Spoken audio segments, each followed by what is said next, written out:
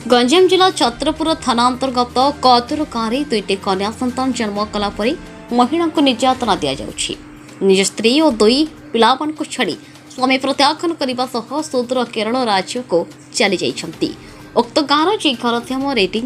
सही गाँव जीबुली रेड्डी गत 12 वर्ष पूर्व वैदिक रीति विवाह होता पर दुईटी कन्या सन्तान होता। यह परठारु तांको स्वामी घनश्याम और देढ़ शाशु और दियर पक्षर निर्यातना दि जाउथबा बोली अभियोग କରିଛନ୍ତି। तांको स्वामी अर्जुन को मध्य विवाह कर सारिथिबा से गणमाध्यम आगे बोली अभियोग କରିଛନ୍ତି। घनश्याम द्वितीय विवाह करथिबा जानिबा परे बुलिंग पक्षर छत्रपुर थाना एतला दि जाइथिला। एथिसह गंजाम एसपी ठारू आरंभ कर गंजाम जिलापाल राज्य महिला कमिशन राज्य मानव अधिकार कमिशन राष्ट्रपति और प्रधानमंत्री प्रमुखों को चिठी लिखि न्याय पाई बोली गुहारी कर सारिछन्ति। एहापरे तांको घर मध्य बाहर कर दिया जाइथिला बोली କହିଛନ୍ତି। पर ब्रह्मपुर स्थित समाजसेवी प्रमिला त्रिपाठी को ए संपर्क में सहयोग सह न्याय प्रदान करने को बोली निवेदन करथिले। गुरुवार समाजसेवी त्रिपाठी उक्त गांव को आसी बोलिंग स्वामी घनश्याम घर को नहीं रखिथिले। जदि भविष्य में कौन असुविधा हुए तेबे देढ़ शाशु और दियर दायी रहिबे बोली प्रमिला त्रिपाठी गणमाध्यम आगे କହିଛନ୍ତି। जी बुल रेड्डी बाइक 12 वर्ष है मो स्वामीना जी घनश्याम रेड्डी मो बड़ झील पेट को आसला डिलीवरी को गली माँ घर को 3 वर्ष छाड़े 3 वर्ष भितर गोटे माइकिना आनले पुरी मु केस पत्र कलु से माइकिना छाड़े मत आणला 2 वर्ष रही 2 वर्ष रहा पर मो सान झील पेट को आसिल साकु शुक्ल रही डिलीवरी जाए रही मो स्वामी की देश गुड़ देले मत बल देखिले खाया पीवा को देले खाइबा देबार चुटी धरी जी काट देबार आ नात मारिक काट देबार मो देह पाचिगला कि कम करार ना सका उठले कंसा माजार बेल बुड़े कंसा माजार पानी हाथबार उगती मागिना बंदूक गल घंटा डब पिलार कना पटका कालगिरी आसला बेलू से नुकू बटे यार मो झील गुड़ दिन बटेला मो दिहर गुड़ दिन बटेला से पड़सा घर झील गुड़ दिन बटेला मो झाड़ा गले से पड़िया को छात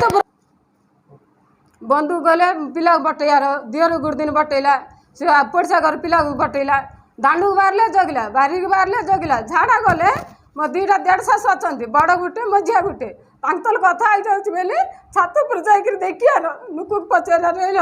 मो नानी जाइला मो बाजू जाइला कथबार्ता है बोले क्या जाना हम देखनु से तो शुणी देबार मुझे आश्वास कह रही हम नानी कल करू तू पलैलु बोले से बाइक गुटे जुड़े कहीकि मत बाड़ा मारा कर देश हाँ कामराज रेड्डी कौन कहे बाहर बस अभियोग आंतरिक समय रखुना घर करूना कौन कहे एमती मिछ कथा कहते शुणिक काशर जिला कौन कही कहते से बहुत दिन व्यापार थे सेटा सब ना ए जो कहते वीडियो घोड़े दे 3 लोक मो स्वामी मो दियर मो नानी समस्त घोड़े दे लोके टंका देले काश को ना माँ पुओ को माँ झील समस्त मारदे बोले कहते एत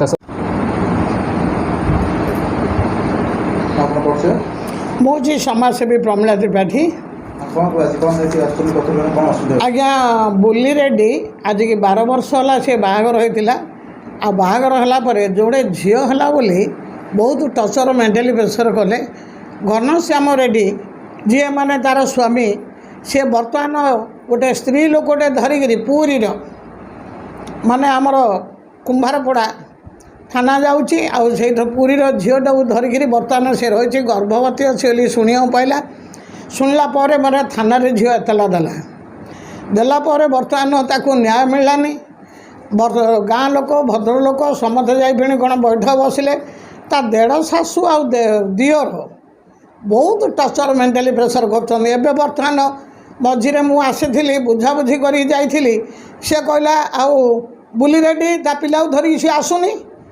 आसिले आम कौन मना करछु कि एबे बर्तमान ता पिला को धरी बसंत होई बड़ झीटा को 6 क्लास पाठ पढ़ुची पाठ पढ़ापी टंकाटे दौनी चलवा दौनी 2टा झील होती आज बाड़ेगिरी काटदे बाप घर थिला आज सी कौन कर सका आसिक देढ़ शाशु जी कहू सी आसिक आज घरे प्रवेश है घरे भाई नता मुझे कौन कहबी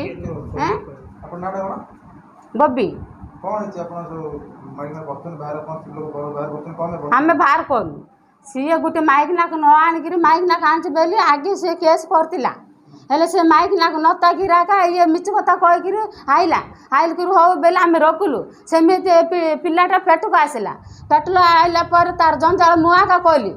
ମା ଘରକୁ ନ ଯାଇକିରି ହେଲେ ଜଞ୍ଜାଳ କହିଲୁକୁରୁ ଟିକା ଇଞ୍ଜେକ୍ସନ୍ ପକାଇବାକୁ ଗଲା ସ୍କୁଲକୁ